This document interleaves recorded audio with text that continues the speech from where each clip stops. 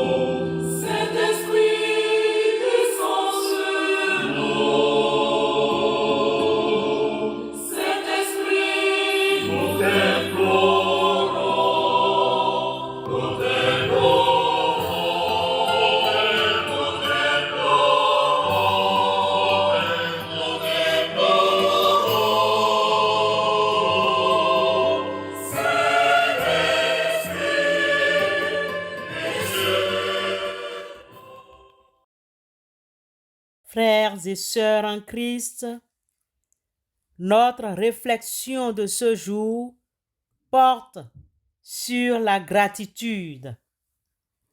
La gratitude est une émotion positive qui se caractérise par le sentiment de reconnaissance et d'appréciation envers ce que l'on a.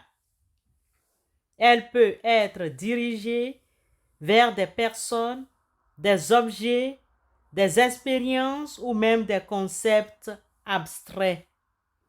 La gratitude est une thématique enseignée par la Bible.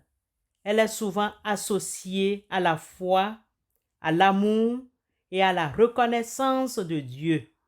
Elle nous apprend à montrer à Dieu notre appréciation en retour de ce que nous avons reçu.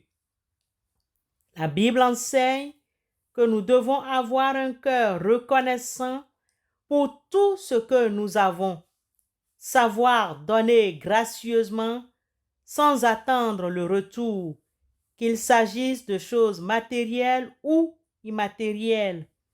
Nous devons également témoigner notre gratitude pour les bonnes choses qui nous arrivent, mais aussi pour les épreuves que nous traversons. Un cœur qui témoigne de la gratitude à Dieu rend toujours à la société ce qu'il a reçu ou ce qu'il a volé. Zachée, dans la Bible, était un exemple palpable.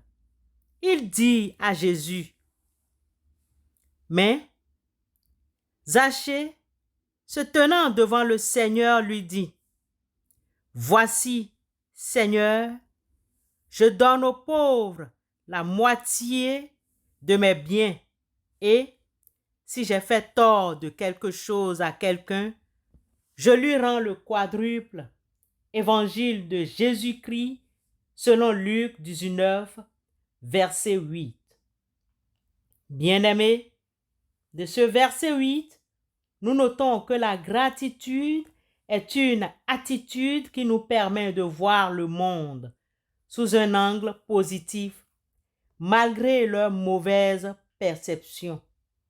Elle nous aide à apprécier les bonnes choses de notre vie et à surmonter les difficultés, reconnaître nos fautes. Notre monde actuel, caractérisé par la convoitise, l'impatience et la négligence, conduit plusieurs personnes vers l'insatisfaction. Peu de gens s'apprécient.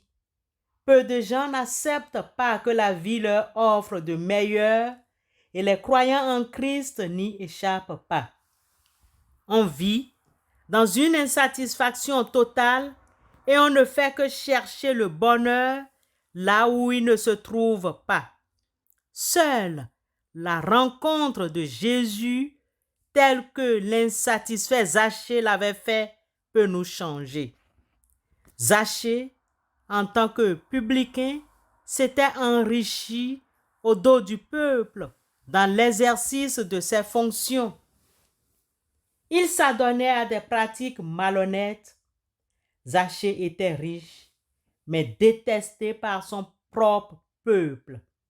Son désir en montant sur le sycomore est d'apercevoir Jésus dont il entendait l'écho de ses œuvres. Il ne pouvait peut-être pas faire face à Jésus à cause de sa culpabilité.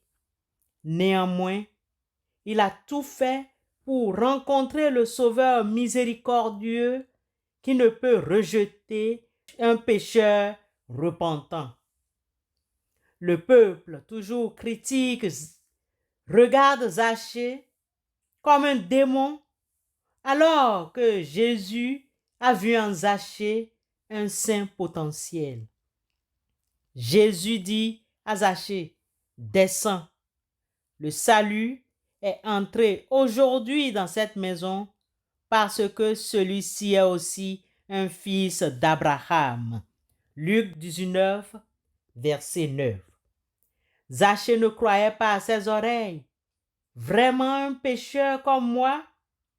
Ses mains et ses pieds tremblaient.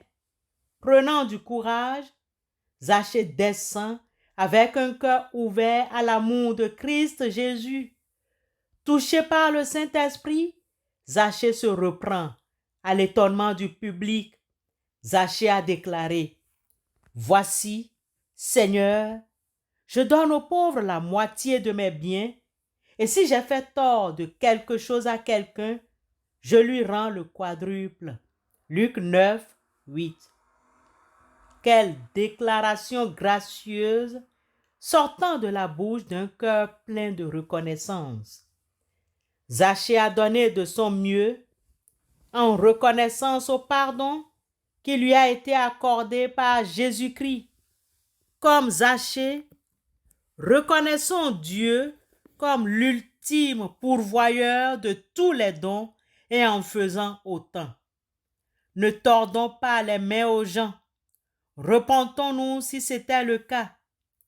Dans quelle mesure montrez-vous votre reconnaissance à Dieu et aux humains en rendant ce que vous avez reçu gracieusement? Dans quelle mesure montrez-vous votre reconnaissance à Dieu et aux humains en rendant ce que vous avez honteusement volé? Dieu se réjouit de votre reconnaissance. Dieu se réjouit de notre repentance et nous accorde des dons.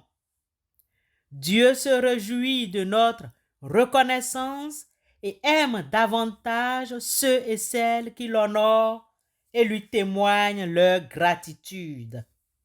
Béni soit l'homme qui se confie dans l'Éternel et dont l'Éternel est l'espérance. Jérémie 17, verset 7. Amen.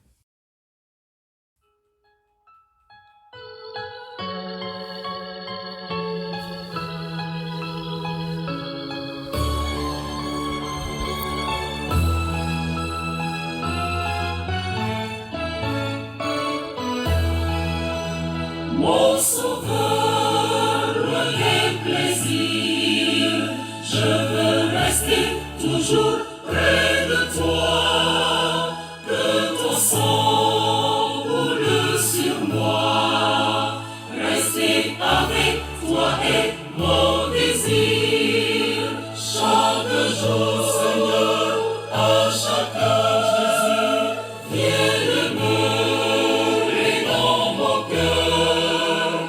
Que ton amour, ô Seigneur, me ramène toujours près de toi. Dieu notre Père, en ce jour, nous te remercions pour toutes les grâces dont tu nous combles sans cesse et qui nous éclairent comme la lumière du soleil. Par elles, tu nous montres le chemin sûr. Merci, notre Dieu, de nous avoir créés, de nous avoir appelés du néant à l'existence, d'y avoir marqué ta divine empreinte et de ne l'avoir fait que par amour. Accorde-nous de cultiver l'habitude de la gratitude et de rendre ce que nous avons gratuitement reçu ou ce que nous avons honteusement volé.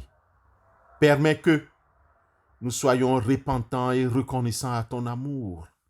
Au nom de Christ Jésus, éternel notre Dieu, nous te prions. Amen.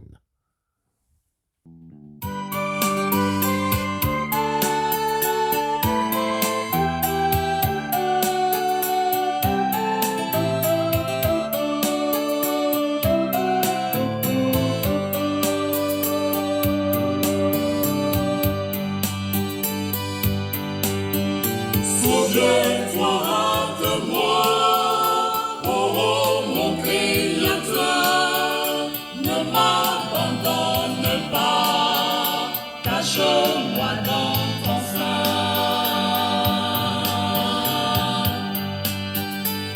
Oh Seigneur, tu vois combien de fois je suis affligé, souffrant et meurtri.